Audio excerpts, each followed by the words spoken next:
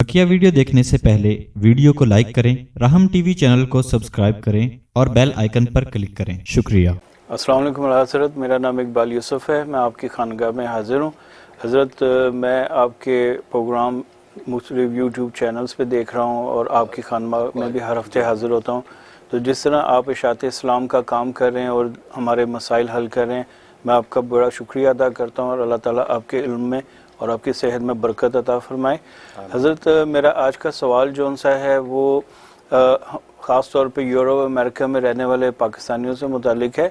जैसे कि ये लोग, हम लोग आते हैं विज़िट वीज़ा पे और फिर यहीं पे रह जाते हैं और उसके बाद अपने डॉक्यूमेंट के लिए शादियां कर लेते हैं, पेपर मैरिजेज़ और इस तरह।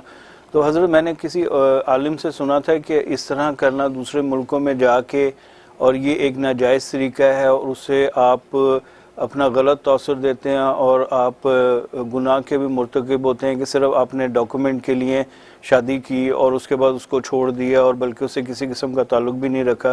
तो हज़रत, मेरा सवाल ये है कि ऐसे लोग जो करते हैं, आया ये इस्लाम की रूह से ये ठीक है, और अगर ठीक नहीं है तो उनके लिए क्या इसका जज़ा और सज़ा का मामला है? हज़रत ज़रा इस पर रोशनी डाल दीजिएगा। जी जी, बहुत शुक्रिया हज़रत। मैं सवाल दोहराऊँ या आपने सुना? अल्हम्दुलिल्लाह। माशाल्लाह, सबसे पहले आपकी मोहब्बत को शुक्रिया।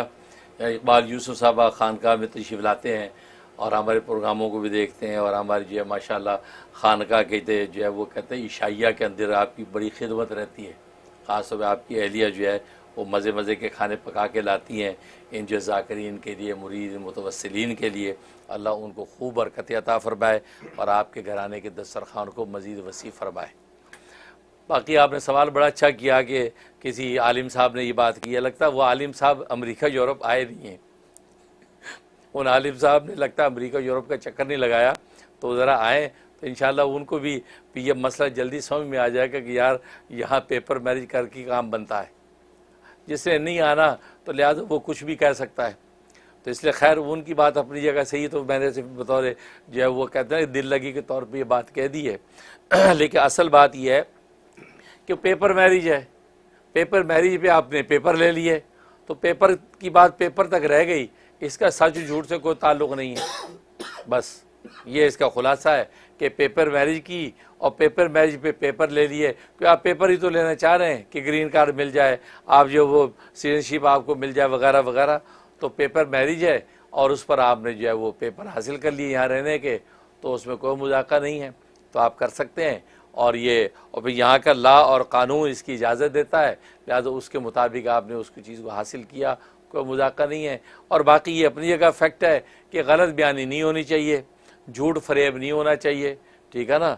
तो वहाँ उसको शो कर रहे हैं कि हमारा निकाह है, या मतलब पेपर का निकाह है, ठीक है ना, तो कोई बात नहीं। तो ऐसी सूरत में जो है अगर आपने पेपर हासिल कर लिए तो शर्म उसमें किसी किस्म का कोई मुज़ाका नहीं है, क्योंकि पेपर का निकाह है और पेपर के निकाह पे जो है वो पेपर आपको मिल गए हैं, तो लिहाजा उसमें आपको जो है कोई परेशान होने की ज़रूरत नहीं है। अगर कोई ज़्यादा ही परेशान है कि यार मैं ग्रीन कार्ड गलत ले बैठा हूँ, वो बीवी मैंने ये शो कर दिया, पेपर ले लिए थे, या उसको चाहिए कि इमिग्रेशन को बता दे कि मैं झूठ बोला था, मेरा ग्रीन कार्ड आप कैंसिल कर दें। अगर ईमान की इस लेवल पर है तो ग्रीन कार्ड कैंसिल करवा के तो अपने असल वतन वापस चला जाए और वहाँ पे अल्लाह अल्लाह की ज़िंदगी गुजारे, कोई मजाका नहीं। तो इस्लाम उसको भी अप्रीशिएट करेगा। तो आप ये जो है अपनी इस्तेदाद के मुताबिक ये भी कर लें तो बहुत अच्छा है। तो जिसको कलक और अफसोस और परेशानी है तो वो जाके इमिग्रेशन में एतराफ़ी जुर्म कर ले कि मैंने पेपर में भी झूठ बोला था, लिहाजा मेरे कागजात वापस ले लें। तो ऐसे आदमी को ये अमल करके वापस अपने वतन चला जाना चाहिए। अच्छा।